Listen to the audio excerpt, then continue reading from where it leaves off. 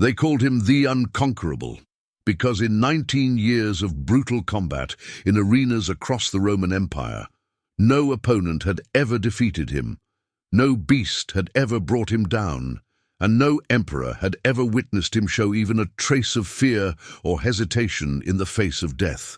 Hey friends, welcome. I'm Marcus. Another incredible gladiator story for you today.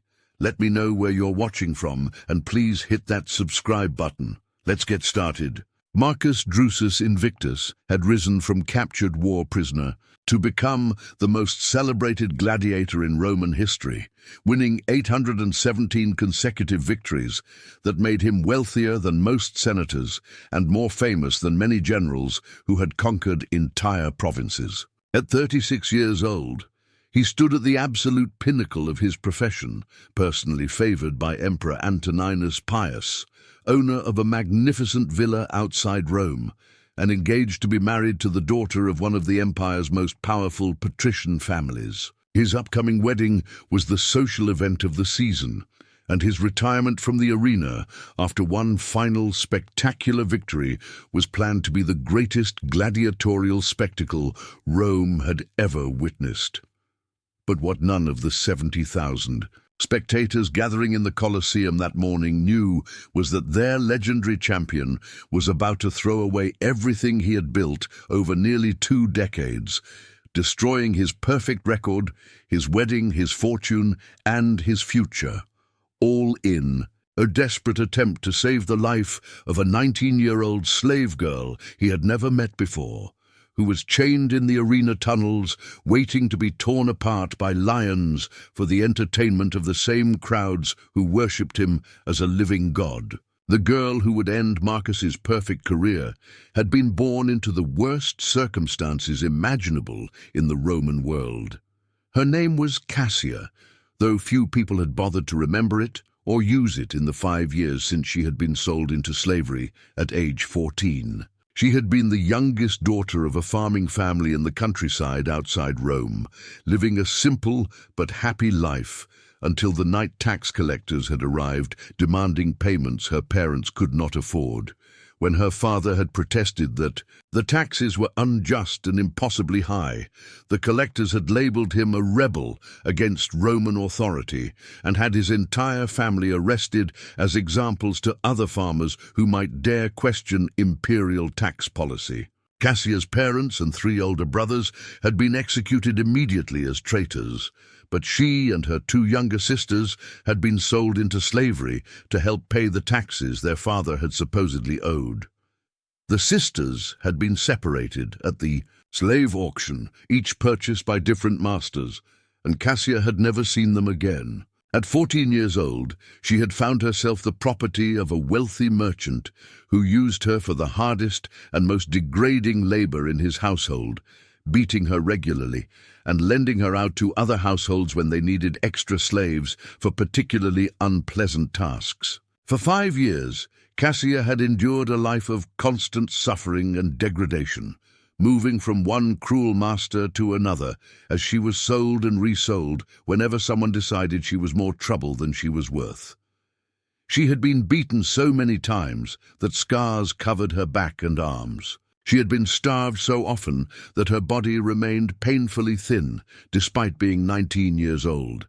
She had been treated with such consistent cruelty that she had learned to expect nothing from life except more pain and the eventual relief of death. Her final master, a corrupt magistrate named Quintus Fabius, had purchased her 3 months earlier specifically because he enjoyed breaking the spirits of slaves who still showed any trace of hope or defiance. When Cassia had made the mistake of looking him directly in the eyes during her first week in his household, he had decided that she needed to be taught a lesson about proper slave behavior that she would never forget. He had arranged for her to be condemned to the arena on fabricated charges of theft, bribing other magistrates to approve the death sentence, and had personally selected the date of her execution to coincide with the final fight of Marcus Drusus Invictus, ensuring maximum attendance for his entertainment.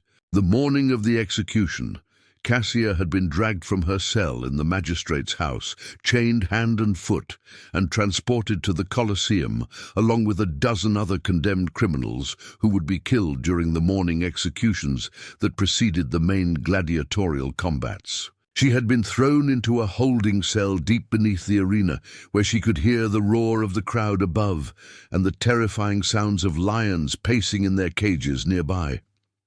The guards had explained with cruel laughter exactly what would happen to her.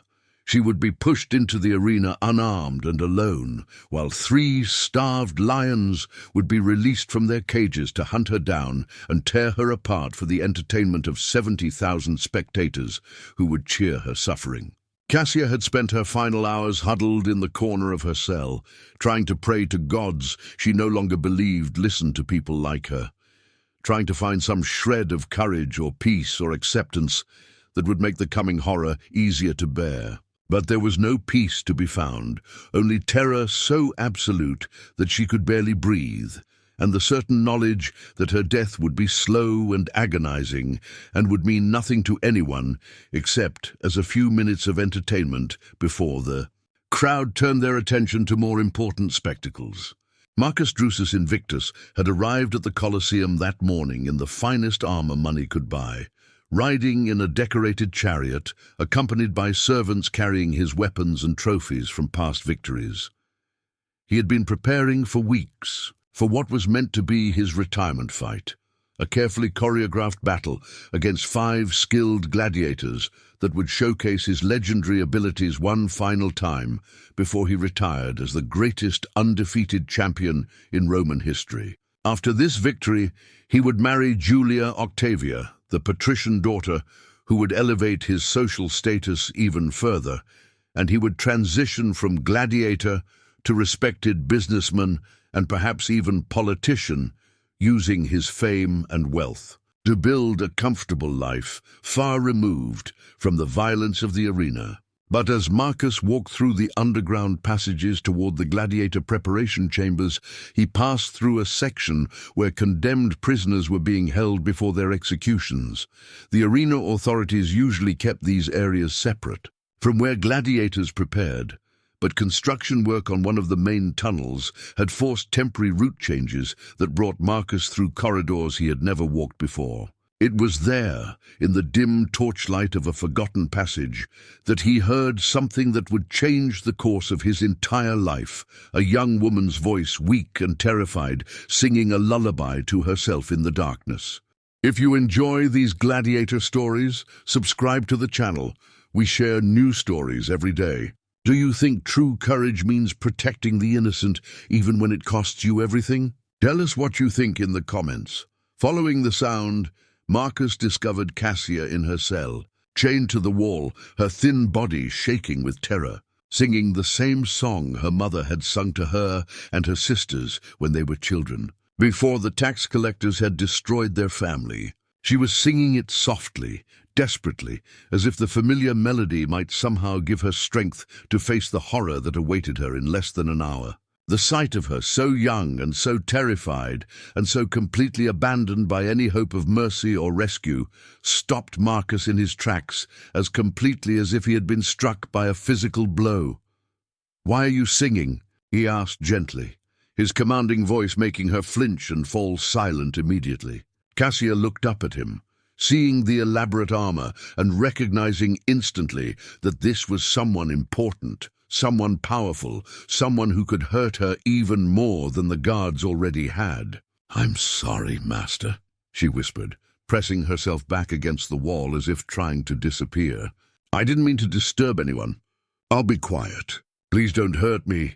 Marcus felt something crack in his chest at the terror in her voice, at the way she automatically assumed that any attention from someone powerful would bring more pain. "I'm not going to hurt you," he said, kneeling down so his face was level with hers, despite the bars between them. "I just wanted to know why you were singing that particular song. My own mother used to sing it to me when I was a child, before the Romans destroyed my village and made me a slave."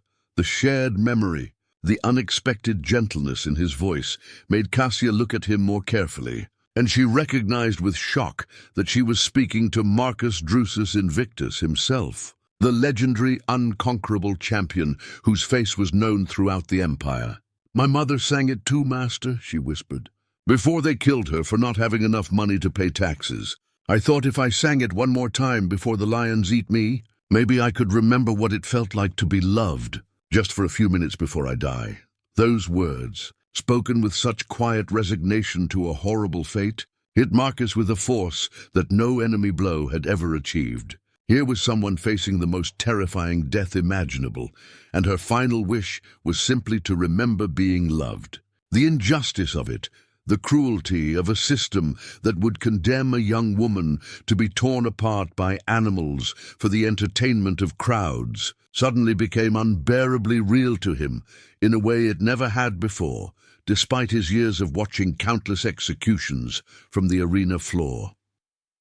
"What crime did you commit to deserve this?" he asked, though something in his warrior's instincts already told him the answer would be unjust. Cassia laughed bitterly, a sound that held no humor at all. "My master says I stole from him, but it's a lie. I looked him in the eyes when I shouldn't have, so he decided to teach me a lesson about respecting my betters.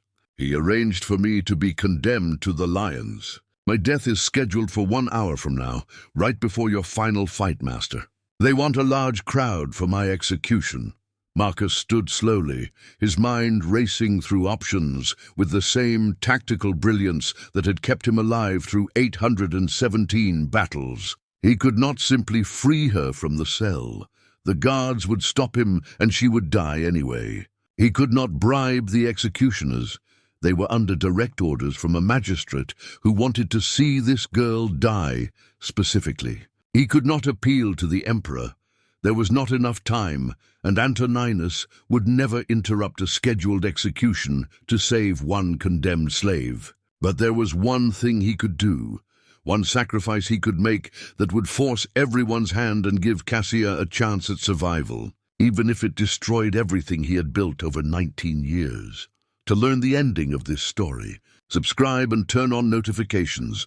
Tomorrow we have a new Gladiator story. Do you think some lives are worth saving, even if it means losing everything you've worked for? Leave your answer below. "Listen to me very carefully," Marcus said urgently. "In approximately 1 hour, you will be pushed into the arena to face the lions. But I'm going to save you, and here's how it's going to work. When they release you into the arena, run immediately toward the Gladiator entrance gate, where I'll be positioned. Run as fast as you can. Don't look back at the lions. Just run straight toward me. Do you understand?" Cassia stared at him in disbelief. "But master, you can't interfere with an execution. They'll kill you too if you try to stop it. You're about to fight your final battle and retire as the greatest champion in Roman history. Why would you risk everything for someone like me?" Marcus looked at her with absolute conviction in his eyes. "Because I've spent 19 years killing people to prove how strong I am. Maybe it's time I proved I'm strong enough to save someone instead." What Marcus did next shocked everyone, from the lowest arena slave to Emperor Antoninus Pius himself. When Cassia was pushed into the arena, trembling and trying to make herself as small as possible, while 70,000 spectators roared with anticipation for her death, 3 massive lions were released from their cages, starved for days to make them more aggressive, trained to attack anything that moved in the arena sand. But before the lions could reach their terrified prey, Marcus Drusus Invictus burst through the Gladiator entrance gate in full armor, positioned himself between Cassia and the approaching lions, and drew his sword with a speed that had become legendary across the empire. "This execution is unjust." His voice thundered across the arena so powerfully that even the lions paused at the unexpected presence of an armed warrior. "This woman is innocent, condemned by a corrupt magistrate who fabricated charges against her for his own entertainment. I, Marcus Drusus Invictus, challenge anyone who tries to harm her. She's under my protection, and I will defend her with my life." The crowd erupted in chaos, some spectators cheering at this unexpected drama, others shouting in confusion about what the legendary champion thought he was doing. while Emperor Antoninus Pius stood from his throne in shock at this unprecedented defiance of scheduled executions. The arena officials frantically tried to figure out how to respond to a situation that had never occurred before in the history of the Colosseum. Rome's greatest gladiator was refusing to allow an execution to proceed and was threatening to kill anyone who tried to complete it. One of the lion handlers, emboldened by the crowd's bloodlust and certain that Marcus would not actually harm a fellow Roman citizen, moved toward Cassia with a spear, intending to drive her toward the waiting lions. He learned his fatal mistake within seconds as Marcus cut him down with brutal efficiency, killing him before he could even raise his weapon in defense. The arena fell into stunned silence as 70,000 people watched their undefeated champion murder a Roman citizen to protect a condemned slave. Emperor Antoninus Pius, his face purple with rage at this defiance of imperial authority, stood and addressed Marcus directly. "Marcus Drusus Invictus, you have interfered with lawful execution, murdered a Roman citizen, and defied the authority of this court. Explain yourself immediately or face death for treason against the empire." The entire Roman world seemed to hold its breath waiting for what the legendary Gladiator would say to the most powerful man in the world. Marcus removed his helmet so everyone could see his face clearly as he spoke, his voice carrying to every corner of the massive arena. "My emperor, I have spent 19 years killing men in this arena to demonstrate Roman power and Roman justice. I have won 817 consecutive victories that you celebrated as proof of Roman superiority. But I have learned today that if Roman justice means murdering innocent people for the entertainment of crowds, then I will not serve it for one more day." He continued, his words ringing with conviction that moved even hardened spectators who had watched countless executions without emotion. "This woman is guilty of no crime except looking her master in the eyes. She is condemned to be torn apart by lions not because she broke any law, but because a corrupt magistrate wanted to demonstrate his power over someone powerless to defend herself. If this is Roman justice, if this is what I have been fighting to protect for 19 years, then I have been fighting for the wrong cause. This channel is full of gladiator stories. Subscribe so you don't miss any. Do you believe that one person's courage can force an empire to confront its own injustice? Write it in the comments. The emperor faced an impossible political dilemma. If he ordered Marcus's execution for treason, he would create a martyr who had died defending innocence against corruption, potentially sparking riots among the common people who revered the gladiator as a hero. If he pardoned both Marcus and Cassia, he would set a precedent that anyone could defy imperial authority if they had enough fame and popularity. But if he did nothing, he would appear weak and indecisive before the entire city of Rome. Before Antoninus could decide, Marcus made the choice even harder by offering a compromise that the emperor could not easily refuse. "I propose a trial by combat, my emperor. I will face whatever challenge you set before me. If I win, this woman goes free with a full pardon and compensation for what was done to her. If I lose, you get what no emperor before you has ever achieved, my first defeat and my death in the arena. Either way, Rome gets the greatest spectacle it has ever witnessed." The emperor saw the political brilliance of this offer immediately.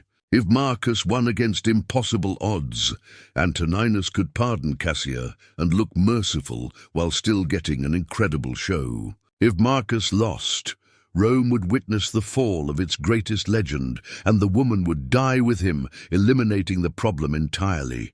"Very well," the emperor declared. "Marcus Drusus Invictus will face 10 of our finest gladiators simultaneously, armed with only sword and shield, wearing no armor.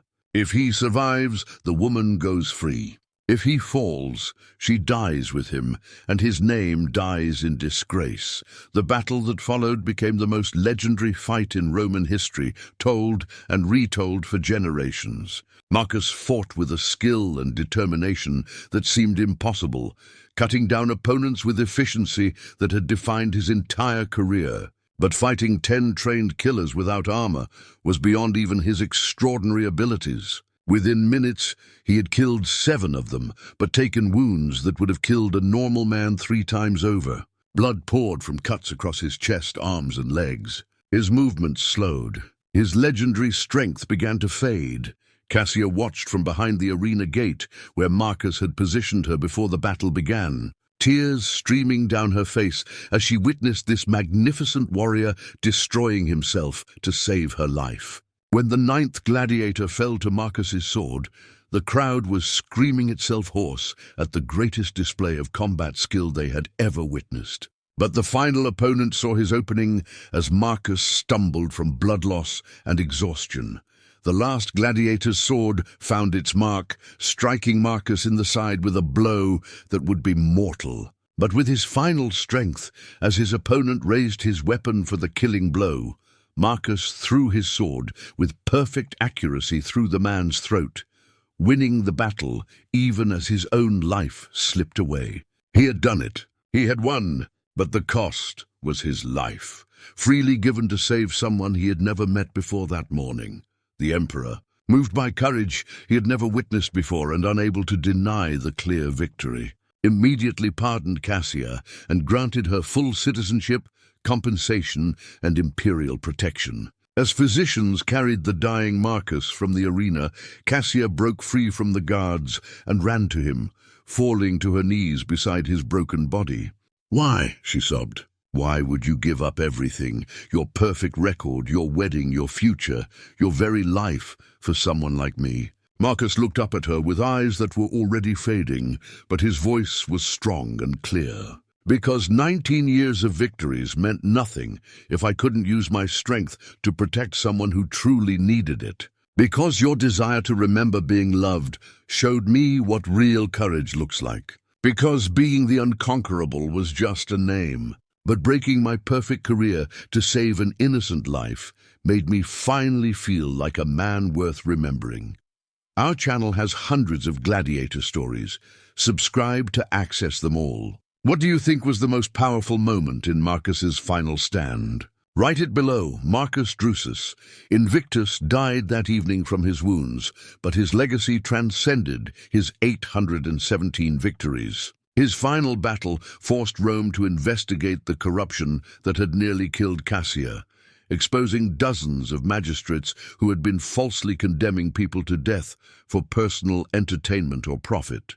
The corrupt Quintus Fabius, who had condemned Cassia, was executed for abuse of judicial authority, his wealth distributed to his victims' families. The emperor established new legal protections requiring actual evidence before anyone could be sentenced to arena death, saving countless innocent lives. Cassia used her imperial compensation to establish a sanctuary for falsely accused slaves and poor citizens who could not afford legal defense, personally ensuring that no one else would face the nightmare she had endured. She never married, dedicating her life instead to honoring Marcus's sacrifice by protecting others as he had protected her. The sanctuary she founded continued operating for 300 years. Helping tens of thousands of people who would otherwise have been crushed by an unjust system.